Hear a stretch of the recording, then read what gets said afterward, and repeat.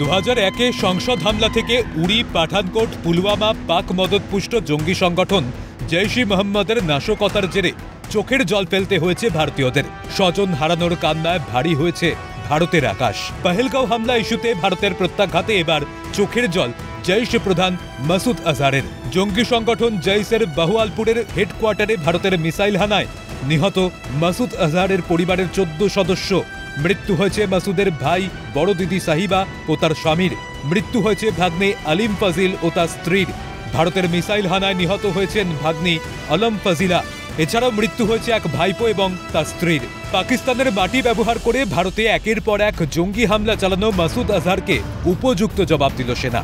পরিবারের সদস্যদের হারিয়ে জৈশ প্রধান মাসুদ আজহার এক বিবৃতিতে আফসোসের সুরে বলেছেন, নিহতদের মধ্যে আমি থাকলে ভালো হতো।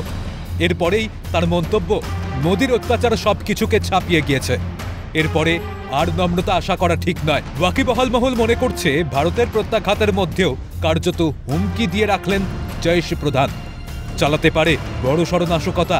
এই অবস্থায় মাসুদ আজহার ও জৈশের অতীত কার্যকলাপ মাথায় রেখে এখন থেকেই বাড়তি সতর্কতা জরুরি। ক্যালকাটা নিউজ।